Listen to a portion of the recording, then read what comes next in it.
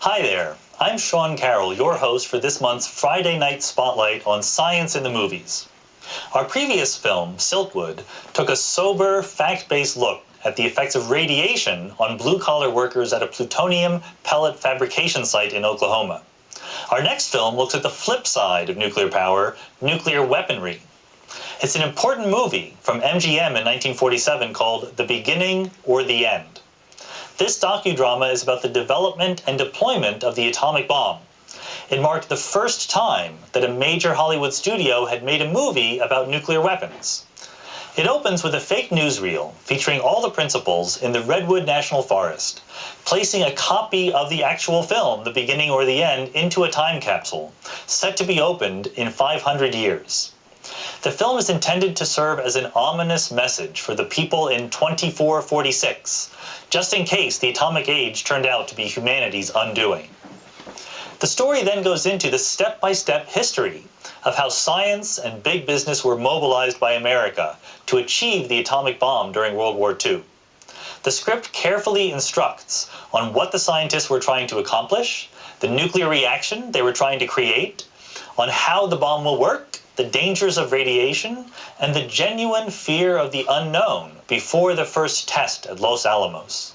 It's a basic crash course in nuclear physics, just don't try any of it at home. So here it is, boasting a stable of familiar faces, including Brian Donlevy, Robert Walker, and Tom Drake. MGM's The Beginning or the End.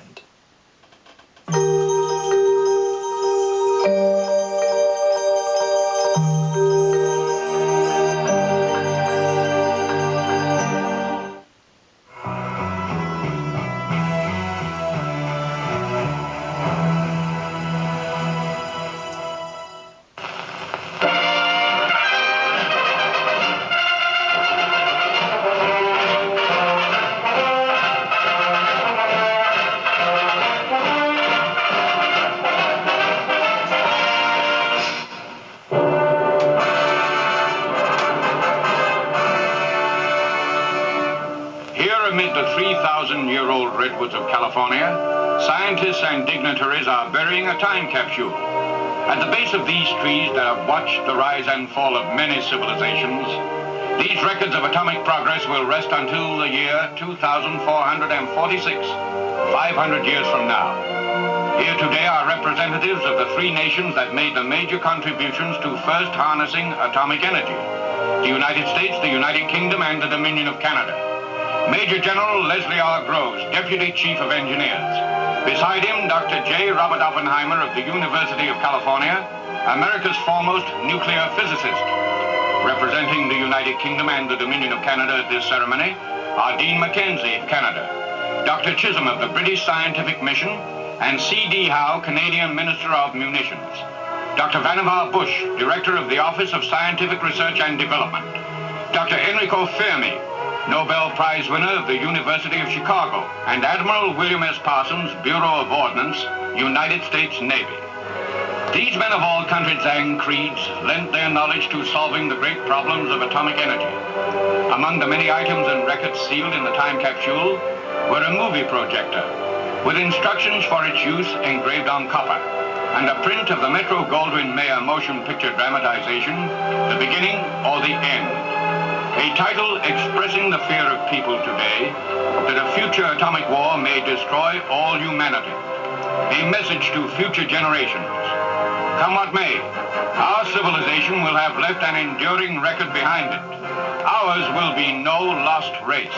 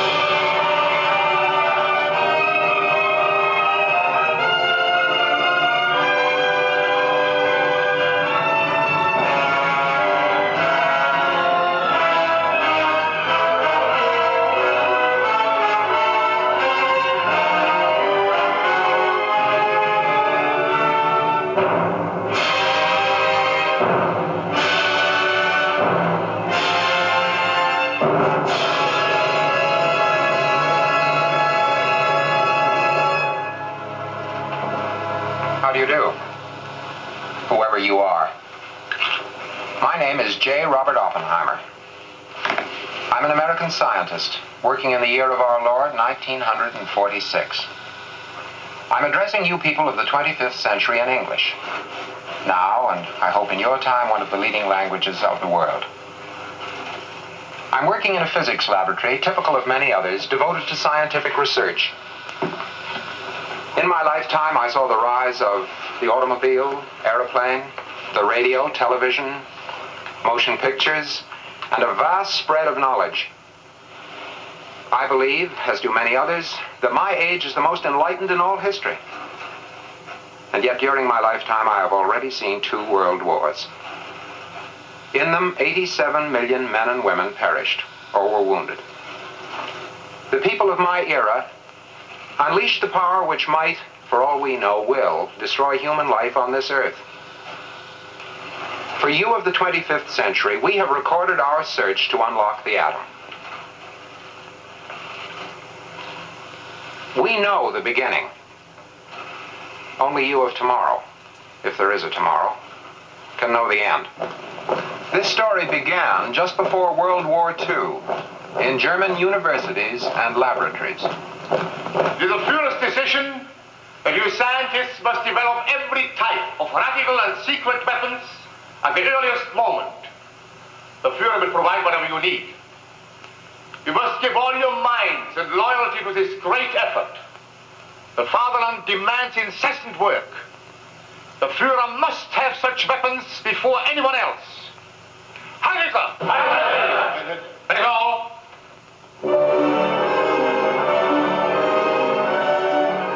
Beyond the western seas, universities followed peaceful ways of study and play. But behind these scenes of athletics, some little people of science, no longer wanted by dictators, were tirelessly continuing their inquiries into nature's hidden laws. These refugees from religious and political persecution delved deep into the newest theories of the world's great physicists, enlisting the aid of brilliant young American students. Such a student as Columbia's Matt Cochran.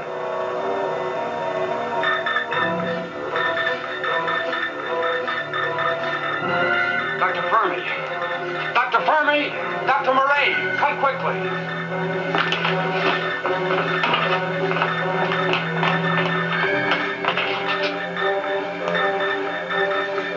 Look, those big peaks are fissions. Yes. Such energy can only come from splitting the uranium atom. This confirms my cable from Europe. It confirms everything. Something else may take place. I couldn't sleep for thinking of it. Suppose we split one atom. It may give off other neutrons. Those neutrons split other atoms. A chain reaction. If true, we can change the world. All the power anyone can use every place. Not so fast. We are blind men reaching into the unknown. Atomic energy can become a terrible weapon of war.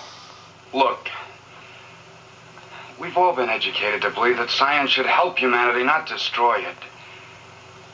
All the years of atomic research, must they end up on a bomb? It's inevitable. So which end of the bomb do you want to be on? You realize what it will mean if Hitler succeeds before you do? But Dr. Fermi, you refused to do such work in Italy. Yes. And here you offer to do it. There Mussolini demanded I do so. But here I would freely volunteer because I trust our motives. Yes, I see the difference. Well, I'll see you gentlemen about a week. Oh, Matt. As we agreed. But you're not through yet. What's next? Do I wash the dishes or make the beds? Look, my bride and I are going to Washington. We want to see the Lincoln Memorial. You're needed by Szilard and Wigner. They're making a very crucial experiment. Then you'll be there, Doctor. I have to make a talk to the Convention of Physicists tomorrow.